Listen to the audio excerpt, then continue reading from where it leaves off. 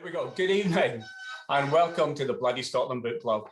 My name is Craig Robertson and I am delighted to be your host tonight for what is the first chapter in a new venture for Bloody Scotland. First of all, thank you to all of you for signing up and joining the book club.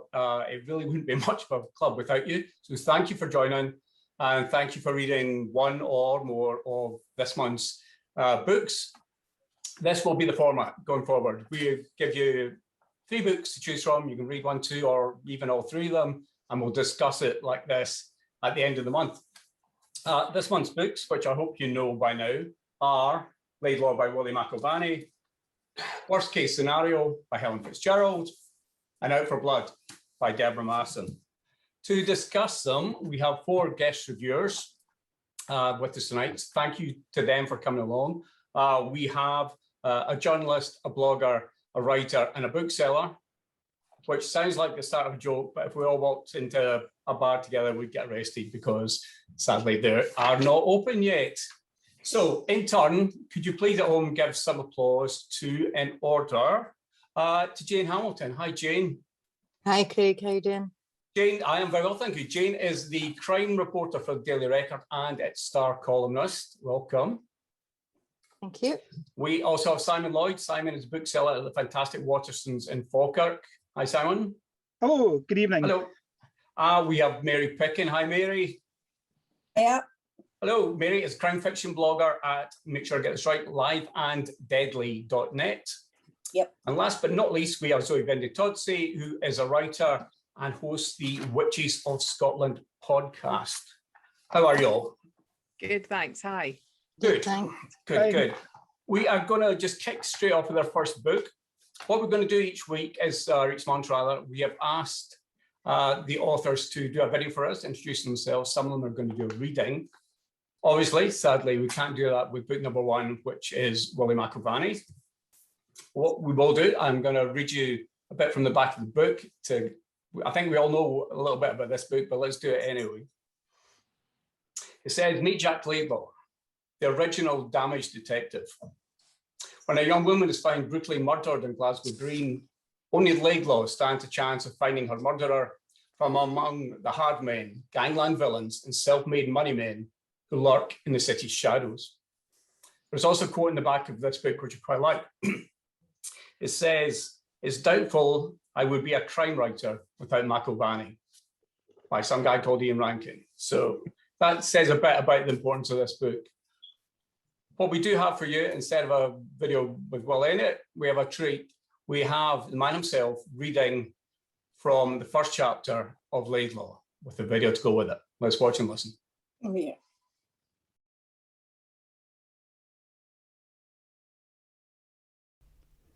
Everything had changed.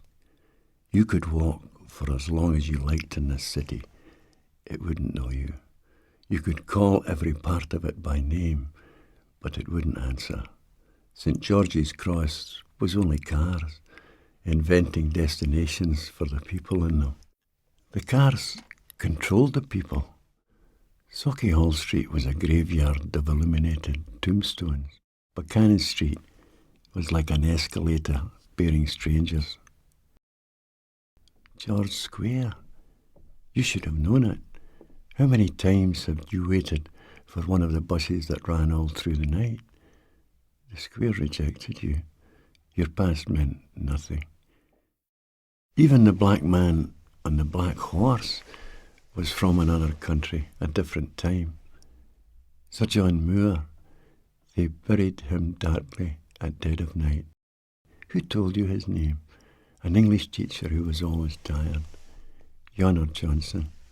He told you interesting things between yawns, but he hadn't told you the truth. Nobody had. This was the truth. You were a monster. How had you managed to hide from yourself for so long? Some conjuring trick to juggle smiles and nods and knives and forks and walks for the bus and turning the pages of a paper for 20 years to make your life a blur behind which what was really you could hide until it came to introduce itself. I am you. George Square was nothing to do with you. It belonged to the three boys walking tightrope on the back of a bench to the people waiting in the bus queues to go home. You could never go home again. You could only walk and be rejected by the places where you walked, except the derelict tenements. They were big darknesses, housing old griefs, terrible angers. They were prisons for the past. They welcomed ghosts. The entry was dank. The darkness was soothing. You groped through smells. The soft hurryings must be rats. There was a stairway that would have been dangerous for someone who had anything to lose. At the top, a door was broken. It could be pushed closed. Some light came in very dimly from the street. The room was very empty, some plaster from the ceiling on the floor. It was strange how little blood there was, just some dark flecks on the trousers, so that you could imagine it had never happened. But it had happened. You were here. The body had been like leprosy. You were the leper, a contamination crouched and rocking on its haunches. The loneliness was what you had made of yourself. The coldness was right. You would be alone from now on. It was what you deserved. Outside, the city hated you. Perhaps it had always excluded you. It had always been so sure of itself, so full of people who didn't open doors tentatively, who had a cocky walk. It was a hard city.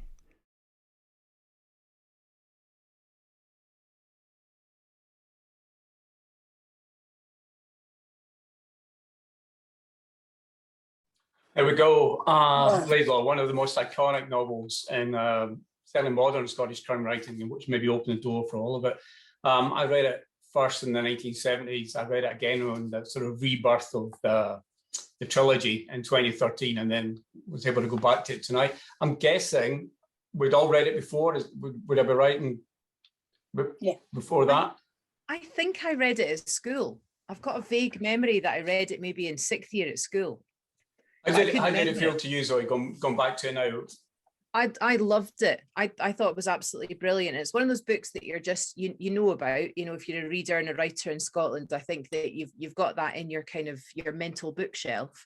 But I hadn't really thought about it too much. And then reading it there, you know, like a few weeks ago, I was just really stunned by how brilliant it is. Actually, I just think it's so amazingly well written and clever. And you have to think as you're reading it. It's not a passive experience. I think you've got to keep engaging with it because it is clever. And I really loved the way that he explored the city as well as the characters, as well as the crime. I thought it was amazing, actually. Yeah, I agree with all of that. And one of the key things here, I think, is that there isn't a lot of plot to Laidlaw. A young woman has been murdered in Glasgow Green, and we learn very early, Simon coming to you, we learn very early who killed this young woman. So it's not a whodunit. Yeah, it takes us on such a journey from there. Yeah, absolutely. It kind of reminded me of The Black House by Peter May, where you're reading the book, but you're so engrossed with the characters that you're almost forgetting about the crime itself. But you're really taken into the characters and Glasgow. So I don't think I'd ever been to Glasgow until sort of mid to late 80s. So a chance to see Glasgow as it was something that really grabbed you. And reading it again, having read a lot of other authors who are obviously been influenced by him, you can see where they've picked up various points, but going back, you can see how good his writing was as well. Yeah, I think quite a few of us have tried and failed to steal bits of McIlvanney. I think we would probably all admit to that. Mary, coming to you. Just your second time reading Laidlaw, or? Second time with pretty much a 40-year gap in between the first and the second reading. So how did it stand up in second reading? It actually stands up incredibly well. I was surprised by the fact that it wasn't all that dated, really. I mean, there are some obvious things like they go everywhere on buses and there aren't really mobile phones and that kind of thing. But in terms of just the whole tenor, I thought actually lots of contemporary themes there, and the prose just sings. He's such a brilliant, lyrical but spare writer, you know, just tremendous power in the language. And as we heard in that clip that you showed, Glasgow just suffuses this novel with a life and a personality and a vibrancy of its own. It's such strength there. It is. Jane, coming to you. Well, actually, before we ask you about it, I think in the interest of transparency, I'm going to point out that you knew Willie before, and you were in a movie with Willie. How far back are we talking now? Early 90s. Early 90s. Jess, do we have? There we go. There we go. It's Clark Gable, Scarlett Johansson. I don't know who the other one is. What kind of experience was that making a movie with Willie McIlvanney? What kind of experience was that making a movie with Willie? Fun, I'm guessing. Lots of fun. I mean, obviously, I knew who he was. We had to read his books at school, and so of course, I was a bit overwhelmed when they said that it was going to be he was going to be my co-star. It was a bit sort of even more so than the guy who was our co-star was a very famous ballet dancer, and both Willie and I felt a bit sort of intimidated by him, given that he was the bigger name. However, he was lots of fun. He would stand and babble in French when we were trying to do scenes, very serious scenes, just to sort of put us off. I had a kissing scene and he stood there and he said, "Just imagine it's Clark Gable." Yeah, and I have no idea. that was in reference to the fact that daft old me had turned around and said to him, "You look like, you remind me of Clark Gable." So he teased me mercilessly about that. Oh, it was just incredible. Yeah, that doesn't surprise me at all. And I'm guessing he didn't mind too much. What do you make of Laidlaw? Going back to it this time, what did you make of the novel? Reading it again, I felt, you know, obviously it's a classic and it's one of my favourite books. My gran, you know, I've got my gran's old copy of it from the 70s. And yeah, it's a little dated in terms of, you know, diversity in language, but he was so far ahead of his time in terms of his characters. You know, he just took you right into the heart of, you know, it wasn't, as you say, a whodunit. It was all about, it was character driven. And when I read it now, obviously when I read it as a youngster, you know, the character didn't really mean that much to me, other than, you know, he was a policeman who had a bit of a, you know, a sense of humour, and he was quite, you know, a black sense of humour, but was quite had a big moral compass. And when I read it again recently, I just thought, I wondered if maybe bits of Willie were in there, knowing what I knew of him, that I thought maybe, you know, that strong moral compass that Laidlaw's got, and it was intelligent and very strong. And I just thought, was he, you know, writing a little bit of himself in that book? I think he was writing a lot of himself in that book. There was a lot of Willie and Laidlaw, both as a philosopher. Let's talk about the character Zoe. Laidlaw is this book. You know, two main characters, Laidlaw and Glasgow, but concentrating on Laidlaw, or does it blur the line between them? Is Laidlaw Glasgow at the same time? Yeah, I mean, it just. Oh, sorry, am I? Well, we'll come back to you. Know that was for Zoe, but we'll come back to you in a minute. I think that the character in Glasgow, I don't know, it's interesting. I moved to Glasgow when I was 17. So I went away to university and hadn't really been there much except for the months before. But coming from sort of Dundee sort of area, Glasgow obviously had this sort of the stereotype that it was a tough and mean and dark city, but that completely was not my experience when I moved there. People were really, really friendly and nice. So I've never really thought of Glasgow in those kind of real kind of tough kind of terms. But I think that the way that he described Glasgow was really interesting, like about sort of, you know, I know it wasn't immediately post-war, but there's still that really kind of harsh, manly men, You know, it definitely was not where people were talking about their feelings, or, you know, and he's quite immoral, and not immoral, but, well, he kind of is immoral, Laidlaw. I don't want to give anything away in case people haven't read it yet, but there's something that he does that you're a bit like, well, that's a bit naughty, you know, and he's an interesting character from that point of view. But I think maybe we think of men in at those times as that was what men were like, you know. So I think that's of its time, maybe in some ways. But I think he's a character that's really interesting, the way that he's the mentor to the young policeman, and, you know, he's got his books of philosophy in his desk drawer, and he's obviously seen as this maverick, and he does his own thing, you know, and I find that all really interesting. I find that really compelling. Yeah, Mary, although Laidlaw is a man of his time, he doesn't necessarily approve of the other men of his time. He can be quite judgmental of that. He was, as I think Jane said, ahead of his time.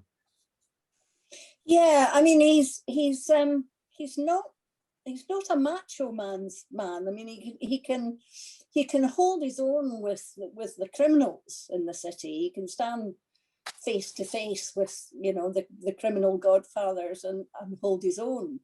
But he's not much fond of his other colleagues in the police force, who he sees as just macho posturing, really.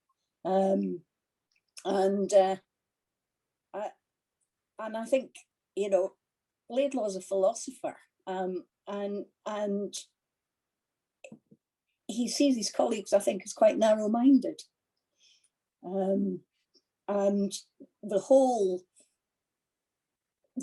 philosophy of how he works is what he's trying to impart to young Harkness, who's now trailing him around and who's looking at him like he's never seen a policeman like it in his life. And he's probably right. Yeah, and probably since. Simon, I think one of the things that Willie does, what I think he does well, I'll see what you think on it, is he is philosophical in this book, without any doubt, but it doesn't get in the way of the story. Would you go along with that? Yes. And as you said, because the plot is fairly straightforward, it gives you a chance to sort of develop philosophical points. And I think rereading it again, I'd forgotten how central Harkness is to the story.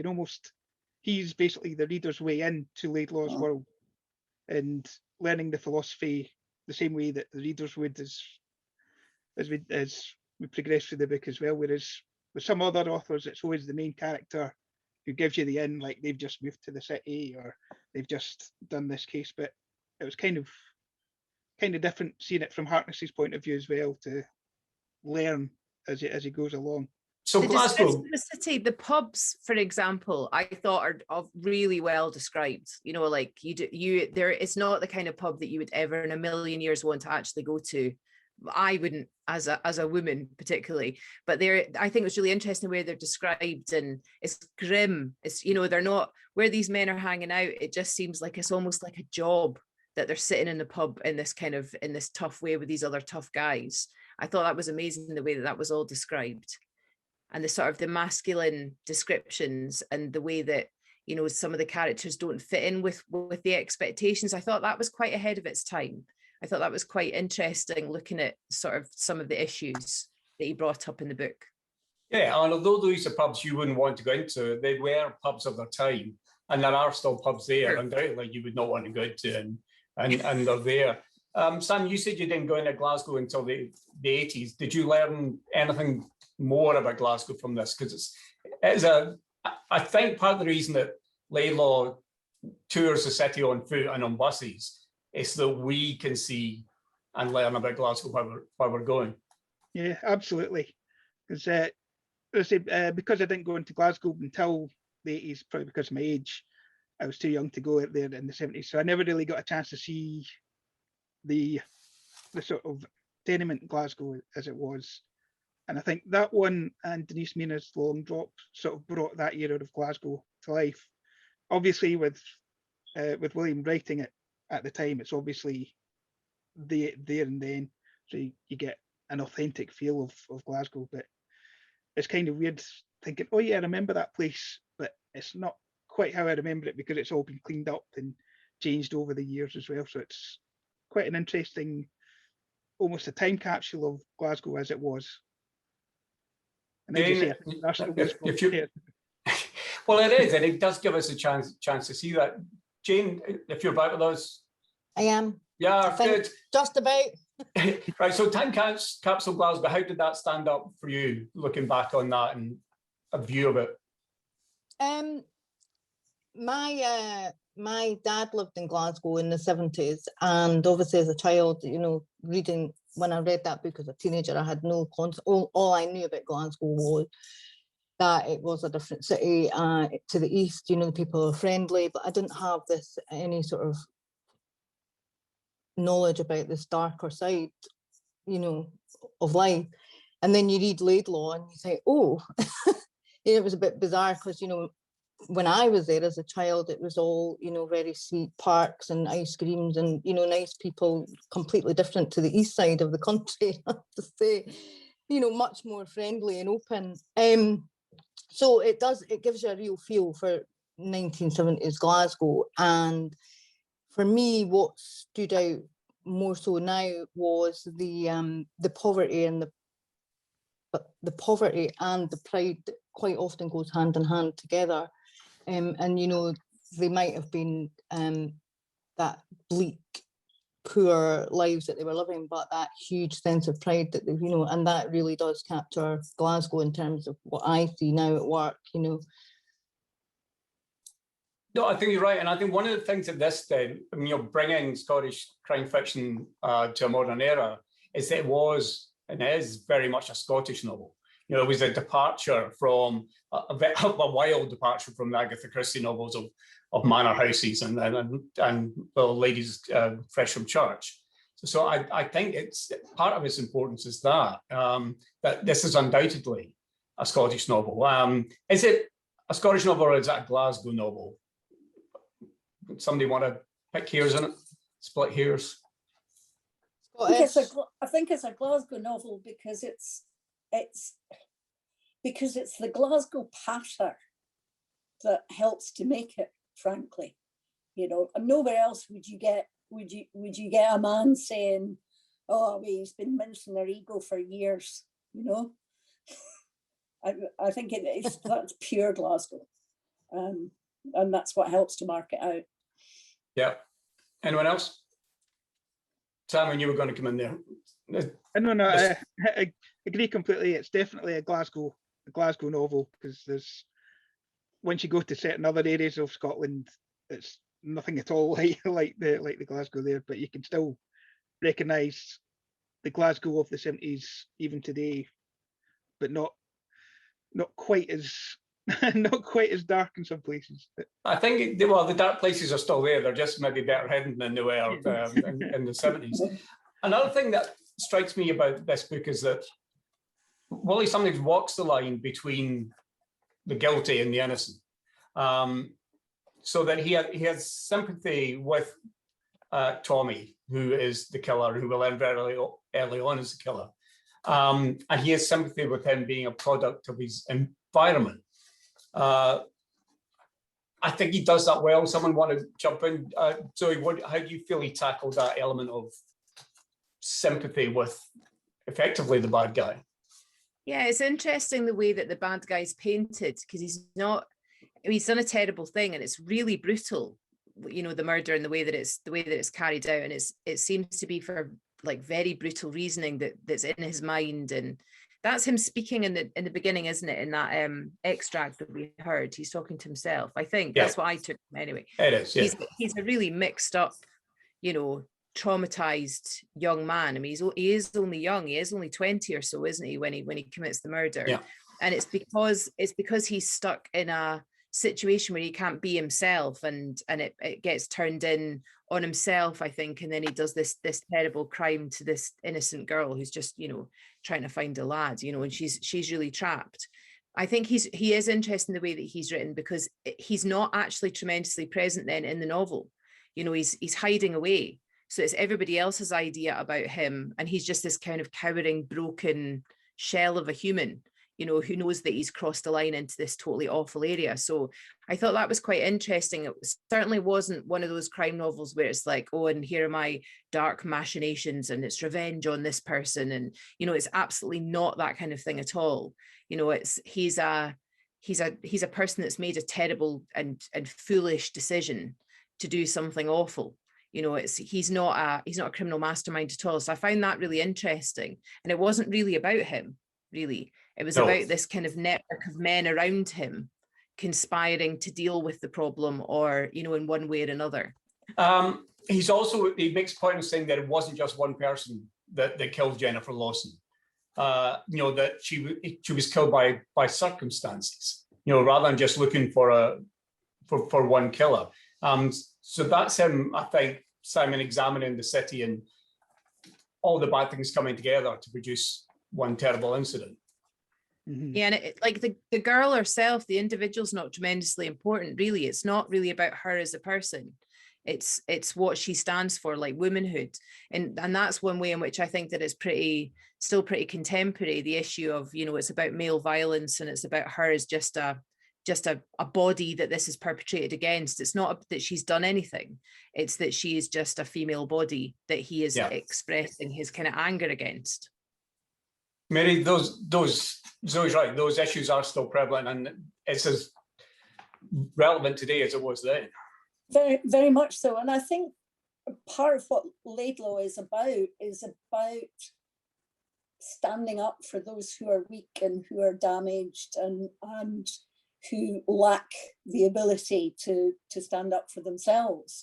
That's what makes him a moral character in a world of macho violence, really. Suddenly, Jane, if you could unmute yourself, and we'll try and catch you while you're here. Sorry, internet problem. Yes, okay. So Jack Laidlaw he has some sympathy with Tommy, with the killer, because he knows that one of the great things I think about he's writing is nothing's in black and white. He knows that the city's full of shades. And I was just about to ask you that you must have come across people like that in your crime reporting, but we won't. What we'll do instead is we've got some questions.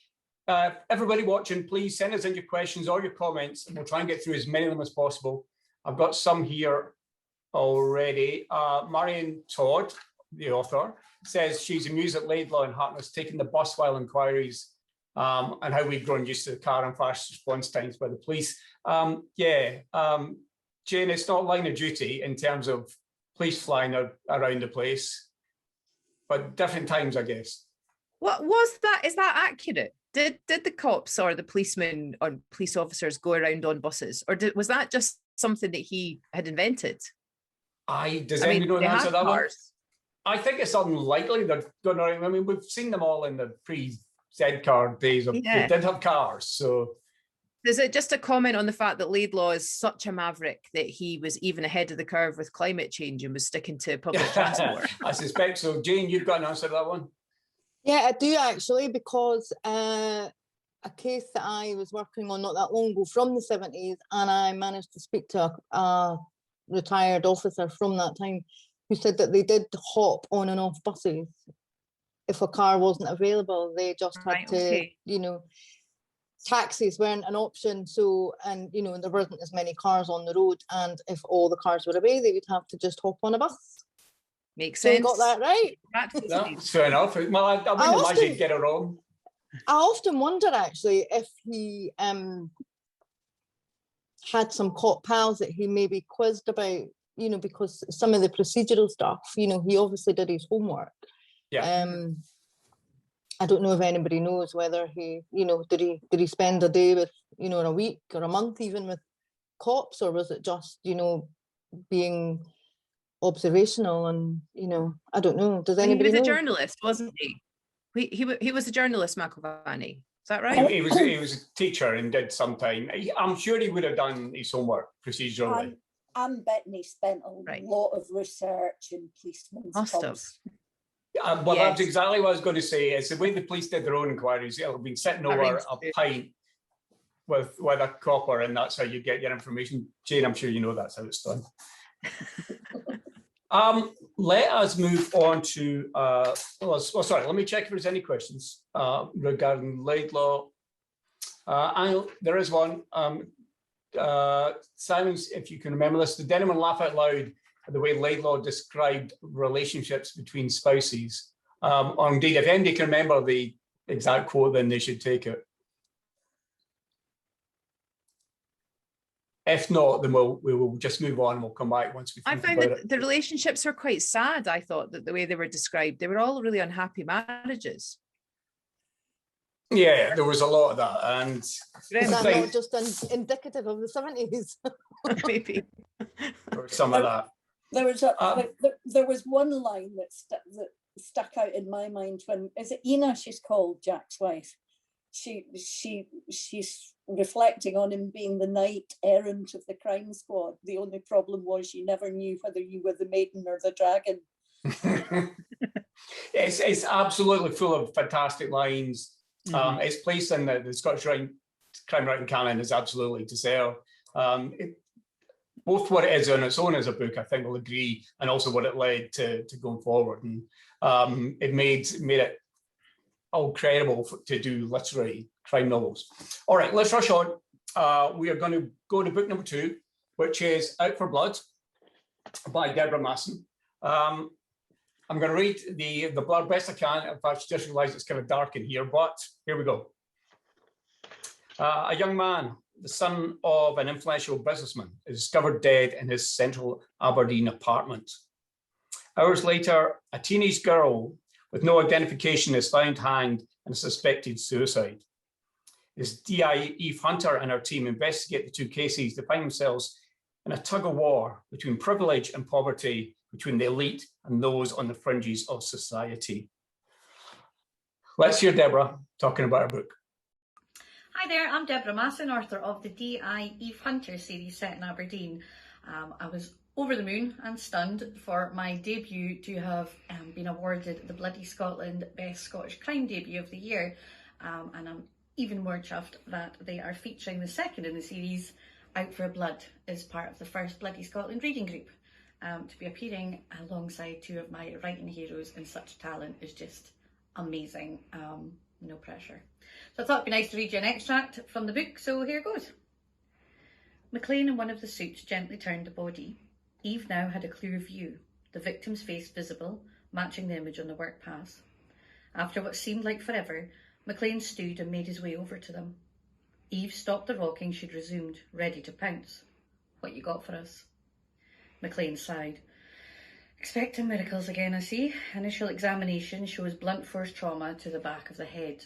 The blood-spattered solid bronze statue found by the sofa supports that for sure. Killed with a single or multiple blows?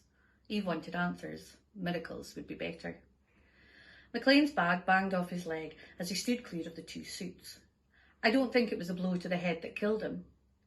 Another wound? Eve looked over to the body again. Not exactly, McLean answered. Eve, confused as well as impatient, waited for McLean to spit out what he was trying to say. I'll need to confirm this back at the lab, but from what I can see, the head wound wasn't fatal. Maybe a little concussion, the need for a few stitches. It would have rendered him unconscious, I've no doubt about that, but he would have come round without too much damage, if someone hadn't suffocated him before he got the chance. I hope that's whet your appetite for more, and thanks for listening. Thank you. There we go. That's our introduction to Out for Blood. Rather slightly gory introduction. Has anyone read now? Out for Blood is number 2 in the series. First book, as Deborah says, won the Bloody Scotland debut of the year. So before we go into Out for Blood, have any of you read book 1? There we go. Zoe's read book 1. And Mary has. Good stuff. Good stuff. Do you both feel that you have to have read book 1 before we go into Out for Blood, or can we read it as a standalone? I think it works as a standalone. I think it's probably better if you've read the first one, because you've got more of an understanding of the relationship, I think, between the different police officers maybe and what's driving her. But I think you can take for granted that something challenging has happened and she's suffering the effects of it. I think it still makes sense, but I don't know, maybe it's better to ask Simon and Jane if it made sense to them. Simon? Yes, it made sense, and it made me want to go back and read the first one, which I intend to do very soon. And it's kind of interesting that there are elements from a previous case, obviously the events in the first book, that have traumatized the characters enough that it still lingers on into the next book, which I think is quite an interesting thing that's not always done. It's often, this is book one, this is book two, this is book three. But as I say, it's quite an interesting development to see how the characters evolve over the course of times. But I enjoyed it as a standalone. Well, it is that tricky thing that any of us who write series have to do, this business of exposition, of how much to tell, because if you tell too much, then your readers have read it already, or, yeah, we know that, let's get on with it, and those who haven't need to know a bit. Mary, you'd read book one, and I know that a lot of those watching, a lot of our book club members had to go and read book one first, because that's just what they do. First of all, you understand the need to go and do that. Yeah, absolutely. Particularly with this series, I think, because the team is really what's at the core of this book, and the team's relationships and how they develop, and the protagonist's own character development is born out of her guilt and pain and everything that she went through in the first book. So in order to understand her in book two, I think it really does help if you've read book one. Right, but Deborah sets it out. Jane, you hadn't read book one, but Deborah does that for us. She sets us out that Eve Hunter is working with a lot of anger and a lot of physical pain as we come into book two, and that's part of what's driving her. Mary pointed out that a lot of this is team driven. Now, you being the crime reporter for Daily Record, you know how, I'm guessing, how police teams and MIT teams are set up. They're not, as a lot of books can tend to be driven by one person, but you'll know that they're team driven as they are here. Craig, you're going out a wee bit. Can you say that last part again? I'm saying you'll know that a lot of investigations, murder investigations, are team driven, rather than, as sometimes some of us are guilty of writing in crime novels, one person doing the investigating. Yeah, no, I mean, you're talking, a whole team, and obviously in real life, the person that, leading the investigation isn't so as hands-on as they are in books, in terms of, interviewing suspects and stuff like that. That just wouldn't happen. An SIO just won't do that. There's, an SIO is a senior investigating officer, for anybody that's not aware of police speak. So when I read police procedurals, I do sometimes get a bit wry when I think that that's just not going to happen, which is probably why I don't watch a lot of police procedurals on the TV, because, there's a lot more that goes into an investigation than what you can squeeze into, an hour of drama. But my only sort of bugbear with this book was, and you know how OCD I am, and I wasn't aware that there was a book number one, so trying to get into a character was a bit difficult, because, I think, as Mary said, you get to know them in the first book, and then obviously in the second book, the author's following on from what's happened in the first. So I felt a bit sort of, I need to know what happened to her to make her the way she is. Well, you're definitely not alone. You were a bit naughty with that one. Well, we felt that the first book in the series had been read by winning the prize. We wanted to go into book number two, but you're right, you're not alone in this. Many of the book club members have said the same thing, and we've doubled their workload because they've gone back and read book one in order to read book two. So thank you for doing that. Let's talk a bit about the plot, Simon. So we have two bodies found within a short time of each other. We're reading a crime novel. We've got a good idea they're going to be linked, but it takes a bit of time. So tell us a bit about how the book begins. Now, the book begins with them starting on one case, and at one point it looks as if they're not going to be able to do the other case as well, but because they have started two of the members of the team have done some of the start work on the second case. They've managed to keep both of them together. And often wonder, as a crime writer yourself, how much do you put down to coincidences to have everything contained, rather than a case being completely unconnected to each other? Because that was my one slight bugbear with this one, is the fact that everything that you learnt happened to be connected to everything else eventually. But it's a tricky thing to do, because you don't want to make anything too obvious. But we learn fairly early, and I think in real life it happens that you know things will come up that bring cases together. You try and avoid coincidences, because I think Deborah managed to do that. So we are looking at very much two different ends of the city of Aberdeen here, reflecting as the elite, and then I don't know, we're giving too much away, people that have been sex trafficked at the other end. And it's the counterbalance of those that really is at the heart of the book. Yeah. So I think it's well done in getting the coincidences to work, so you're not taken out of it too much. But it's just something that I thought, oh, everything ties together in this one rather neatly. But as you say, it does balance from one end where you've got the wealthy families and the generational families there, and then, as you say, the sex traffickers, and that storyline, and how they met together as well, which, without wanting to give too much away as well, is kind of well done how they've managed to combine the two. Yeah, and it's not an easy thing to do. It is a tricky thing to do. So it's a philosophical point, counterbalancing these two, that whenever somewhere like Aberdeen, where we've had a lot of wealth, then we're going to see both sides of that. How did that work for you in the book? Yeah, I think it worked quite well. I mean, the counterbalance to the wealth and the privilege were people that weren't Aberdonians as well. I mean, there were people that were brought in expressly to fulfill a function, which was, you know, to be used in the sex trade, basically. So I think, in fact, the word trade's wrong, because in this case, there's not really a trade. You know, it is trafficking. I don't want to give anything away in the book, but it's grim. Like, it is a grim sort of story, which I think is good that she's tackled that, because we know that that's an increasing issue as well in Scotland and in the UK and across Europe and probably the entire world. So the thought of that is really, really appalling. So it's interesting. I like the fact that she goes through this, and the writer uncovers this, and that, you know, that they're caught, they don't get away with it, you know, and it's an interesting way that it's developed. I like that. And at the beginning, these two disparate bodies, you know, what's the connection? So I enjoyed that. I thought that was quite compelling.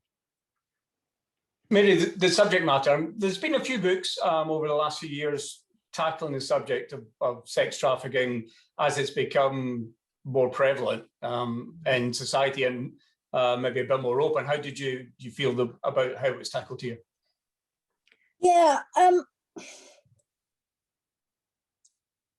thought there was a lot of quite interesting detail around the way that the women were, the way that the women had to live, the way that they were marked, and how their handlers behaved, if you can call them that. But for me, actually, it wasn't as grim as it should have been, believe it or not. You know, there's one point where one of the women is driven to a house which turns out to be a famous Aberdeen footballer, you know. But I rather suspect that sex trafficking isn't all about famous footballers and rich parties, however grim they are. It's a fine line to tread, because Jane, I was going to come to you on that, because we say that truth is stranger than fiction, but in this case, I suspect, you know, reality is worse than fiction in terms of just how grim it is. Yeah, I mean, I think I agree with Mary. It wasn't as grim as it could be, and having worked on trafficking stories quite a lot, in fact, more so in the last 5 years, and currently Police Scotland are running a campaign about modern slavery, and trafficking comes into that. I went on a police raid not that long ago. I can't say too much about it because it is a live case, but I was on a trafficking raid recently, and yeah, it was pretty grim, and the conditions are pretty awful. So I think, you know, she could have been a bit harder in terms of. But there is a good writerly reason for that, though, and that is the perspective of who's telling you the story. So again, without giving too much away, there's a character who we don't get to see what her experience was, and she's the one that saw the grimness. But she's got a friend who is from the outside to an extent looking in on it. So she's giving us her perspective, which is pretty grim. And then we've got the police investigating it, and we've got the privileged people who were very much looking at it as a partying thing, and they had control. So I think if we'd had the character that you all know who I'm referring to, if she'd been telling us her story, then that would have been absolutely, she was in the room with different levels of, you know, to use the word grim again. Whereas I think the characters that Deborah Masson's written about are not privy to that in the same way. Does that make sense? It does. And there's also the other thing that Deborah has to consider when she's writing it, it's just how much her reader wants to stomach, you know, and then because we as writers quite often get told off for being too gory. And with this, particularly the nature of this, she would have very much had to make a choice how much she tells and how much people really want to read. And there's a balance between that and getting over just how awful it is. We've got a couple of questions on this, or rather it's a comment from Julie Adams, who is an Aberdonian. And she's saying that it's worth noting that the outsider element in Aberdeen, now that's the trafficked people and the oil industry, took a rather parochial city, that's his Julie's words, not mine, and made it a very different place. And she says that Deborah Masson makes a really good job of putting that across. How well do any of us know Aberdeen? I don't know it all that well, I must admit. Very well. No. But the nature of setting is really important with novels. I know how much I like to use Glasgow, and I do very much get a sense of Aberdeen coming through in the book. Simon, if you don't know Aberdeen, do you know better now than you did? Yeah, I think I know Aberdeen through Stuart McBride books. So, yes.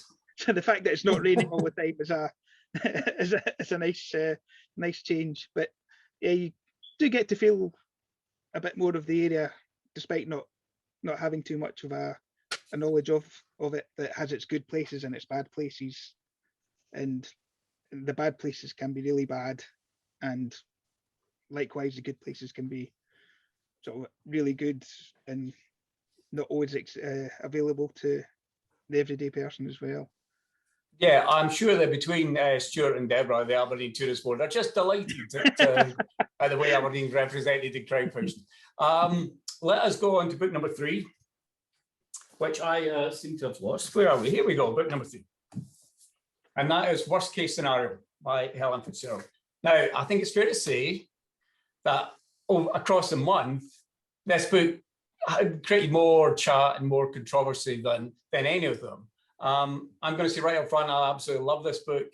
I think it's fantastic. So we're going to go around and chat to everybody. Helen herself knows it's a bit of a Marmite book, or a Marmite main character. So Mary, let's come to you first. Tell us what you think of Worst Case Scenario. Oh, I love it.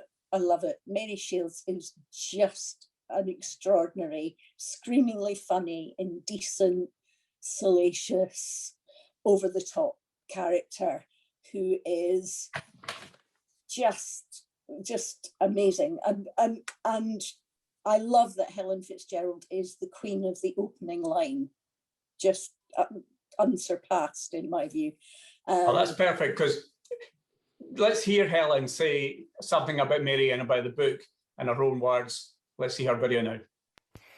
Hello everyone, I'm Helen Fitzgerald from inside my house where I've been for a very long time. Everyone, I'm Helen Lockdown, Fitzgerald Glasgow was from strategically inside placed, my house where I've been for a undyed very root long time. hair. In Anyway, lockdown, I'm going to read Glasgow from was Worst Case strategically Scenario, which I placed, wrote just after I undyed left root social work hair. about 2.5 Anyway, years ago, and I'm I gonna already read feel so from out of Worst Case touch, Scenario, but which I wrote it was an just after I amazingly left social therapeutic work book about to 2.5 write, years ago, having done and that job I already for feel so so out of long, touch, and it's a really hard it job. was an I think, as amazingly Mary therapeutic demonstrates, book to I'm write, much better at it having than done she that is. Anyway, job for so long, Worst Case Scenario, and it's a really hard job. Part I 1, think, The as Wife Mary Killer. demonstrates, Chapter I'm 1. much better at it than she is. Every Anyway, time Mary tried Worst to Case relax in a Scenario. bath, a paedophile Part 1, ruined The it. Wife Killer. Tonight, it was Chapter McKinley, 1. who she'd visited on the way Every home, time and Mary who had tried sat to on the relax in sofa a for 10 bath, minutes a with one or paedophile more ruined it. balls hanging out of his Tonight, shorts. it was McKinley. She who still she'd wasn't visited sure if on it was the way deliberate. home, Probably and who had not, sat on the as Mary sofa was for 10 52, minutes with not one or more 5. balls hanging out of I'm his not allowed shorts. to think about that, Mary She said still out wasn't loud. sure if it was And deliberate. McKinley's Probably balls not, disappeared as Mary into the was bubbles. 52, not 5. As ever, another I'm not case allowed to invaded think about immediately. that, Mary said out Not a loud. sex offender, And but a McKinley's far more balls palatable disappeared wife into the killer bubbles.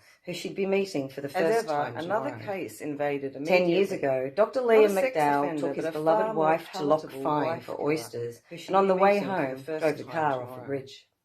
10 years A lot of ago, murder Dr. Liam suicides seem to McDowell end took his this beloved way, wife to with Loch one party Fyne still for alive, oysters, and on the way usually home, the prick drove whose the car idea off it a was. bridge.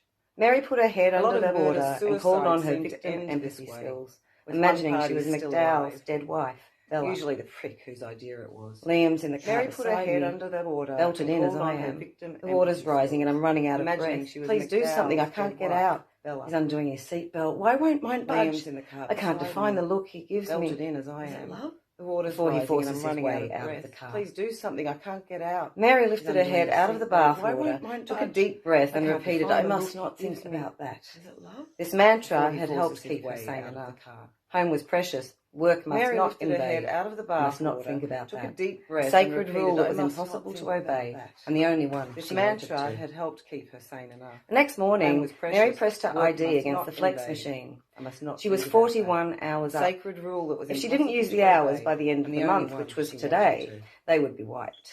The next She wanted to morning, smash the Mary machine pressed with her her ID forehead. against the flex machine. Instead, she ruminated as She she was gathered the 41 paperwork for hours the up. prison meeting. If she didn't use the hours by the end of the month, which was There you go.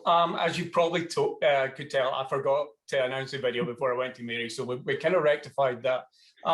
Mary, if I cut you off in your prime talking about the other Mary, please go on and tell us more. I just think absolutely fascinating character whose heart is in the right place, but she's just been completely burned out by the system. You know, she tries to do her best for her clients, but it's hard when you've got very few resources. You are being bogged down by pettifogging bureaucracy, and your managers care more about when you clock on and clock off than they do about the fact that you're screaming at them that you're really not coping as well as you might be. And on top of that, she's got the menopause. And it's playing havoc with her. And she's just at the end of her tether. And then she gets handed a case of a man she just can't bear. And it all starts to go disastrously, terribly wrong. Yeah. Jane, if in Laidlaw there's two main characters, which is Laidlaw and Glasgow, in this one it's Mary Shields and the menopause are the two main characters. Mary Picken said that Mary Shields' heart was in the right place. I think unfortunately her mouth's in the right place as well, and she can't control that. What did you make of Mary Shields? She was a bit Marmite. At first, the opening line is an absolute corker, and I thought, oh, this is going to be good. But then I started to hate Mary. And then I liked her again, and I just thought she made me cringe at times. The dialogue just made me absolutely cringe. But then I thought to myself, am I Mary? I'm 48, I'm perimenopausal.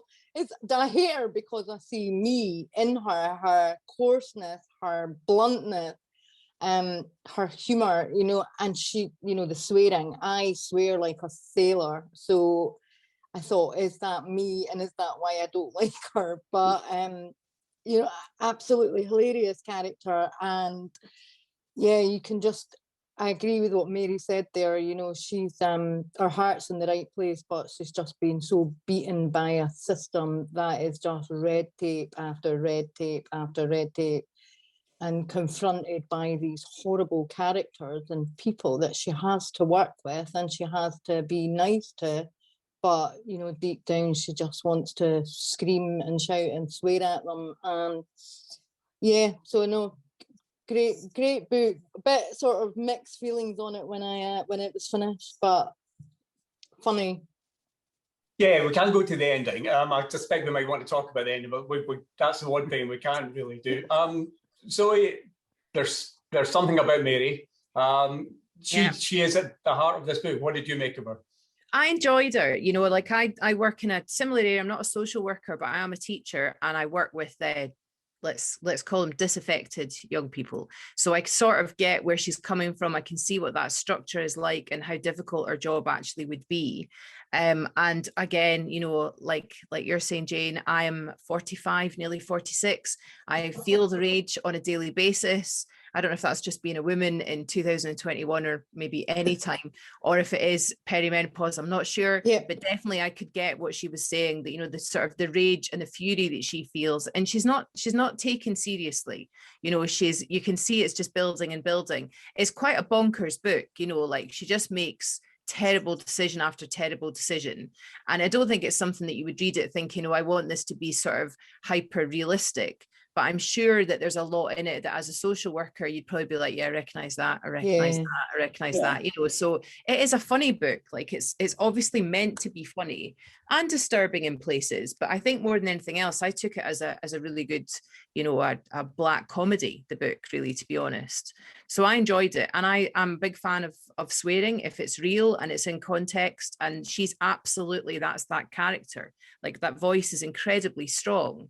So I wasn't offended by that at all. You know, I thought it was good. And it's interesting to have a woman character who's not likable.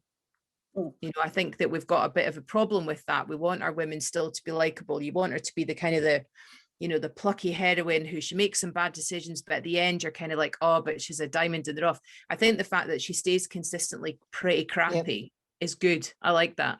Yeah, I think that's absolutely spot on. And I think it's a brave thing to do. Although pretty sure Helen didn't think of it as a brave thing, because she didn't really care if people were going to like Mary as a character, as long as they understood why she did what she did.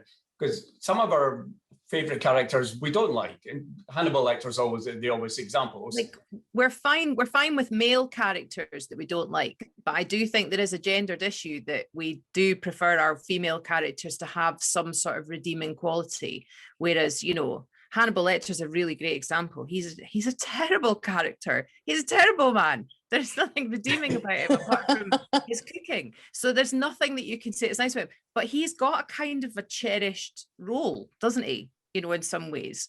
So I think we're okay with it with guys, but with women, we're still appalled by the fact that she could be so dreadful in so many ways.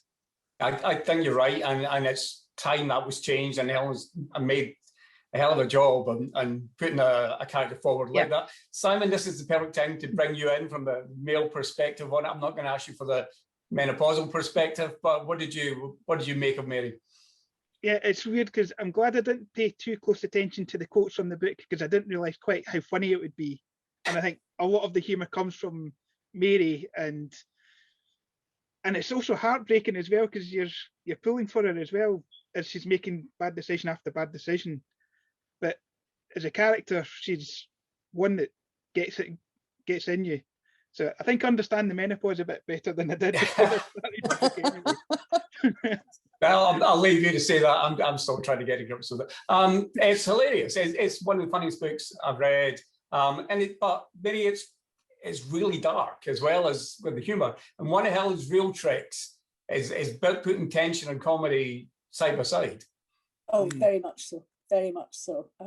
And she slips things in, you know. I mean, she tells you just in the course of I think a major rant that Mary's on, she tells you something about Mary's background that just pulls you up short, and you didn't, you know, and then moves on, and you're kind of left thinking, oh my God.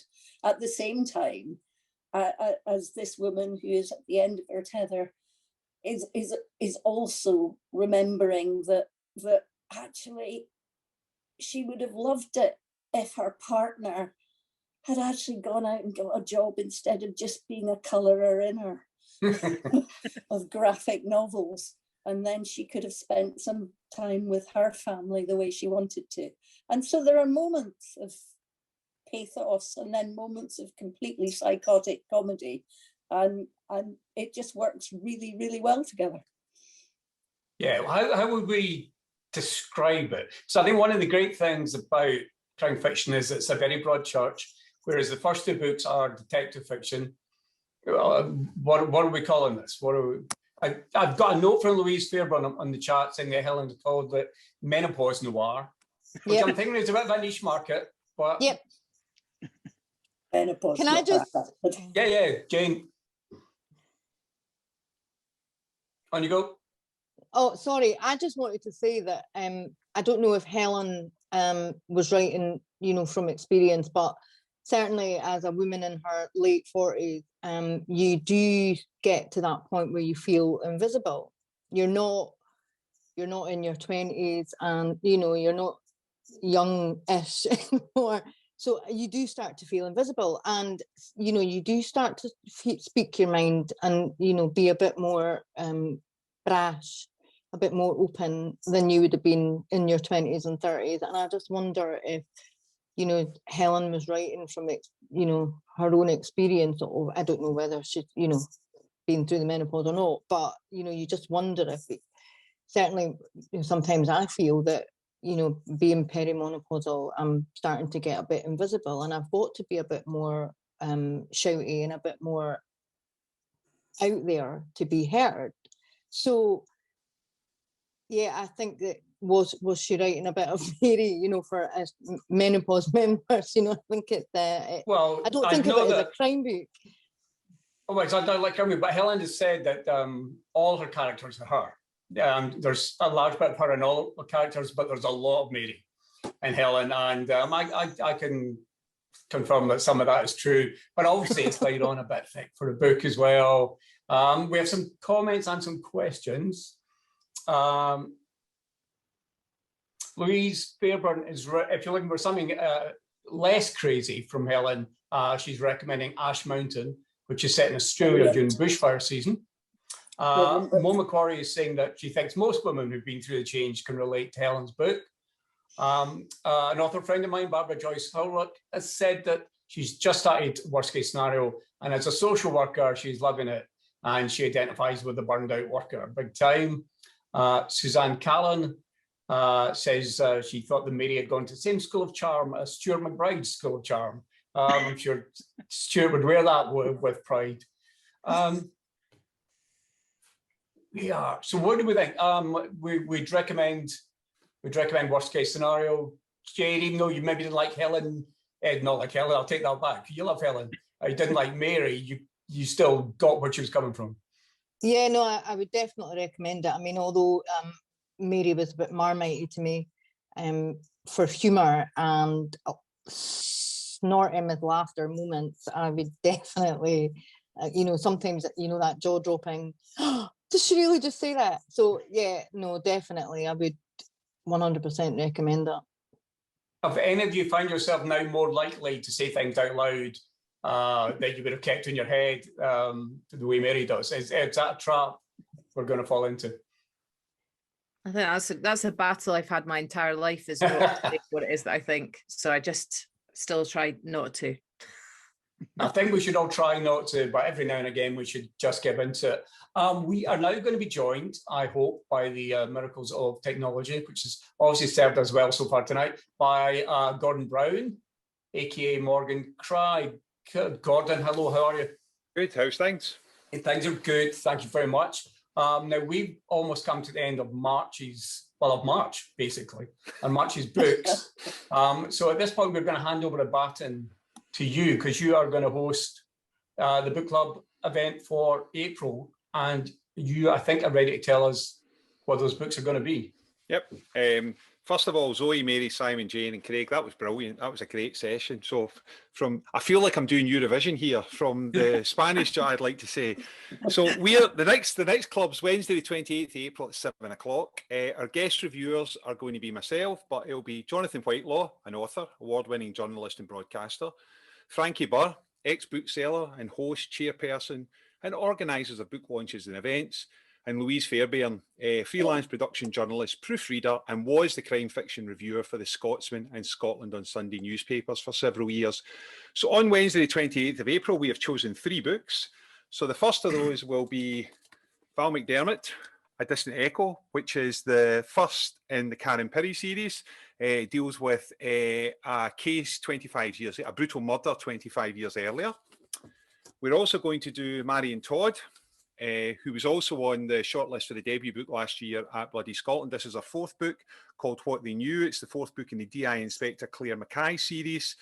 And it's around about, they're not really sure if there's been a murder. It's one of those books that you have to kind of work your way through to figure if there has been or hasn't been at the beginning. And the last book we've picked is all the way from the US, which is Lou Berney's November Road, which is Lou's 4th book, but it's set against the assassination of JFK back in the early 60s and centres on a cat and mouse chase across 1960s Americas. So they are the 3 books that we'll be doing for the next book club. We'll post them up onto Facebook so everybody knows about them. And I look forward to seeing you on the 28th of April. Good. Lauren, thank you very much. Certainly, November Road's been one I've been looking forward to and meaning to read for a while. So I shall do that this month, and I'll be along with some questions for you at the end of the month. Thank you to Mary, to Simon, to Jane, and to Zoe for coming along tonight and sharing with us what I've got with 3 cracking books. Hope those of you who had a chance to read one of them have enjoyed it. And if you want to read any more, try and get them in quick before you read Gordon's books for next month. Thank you for joining us, and we hope to see you again next month. Thank you.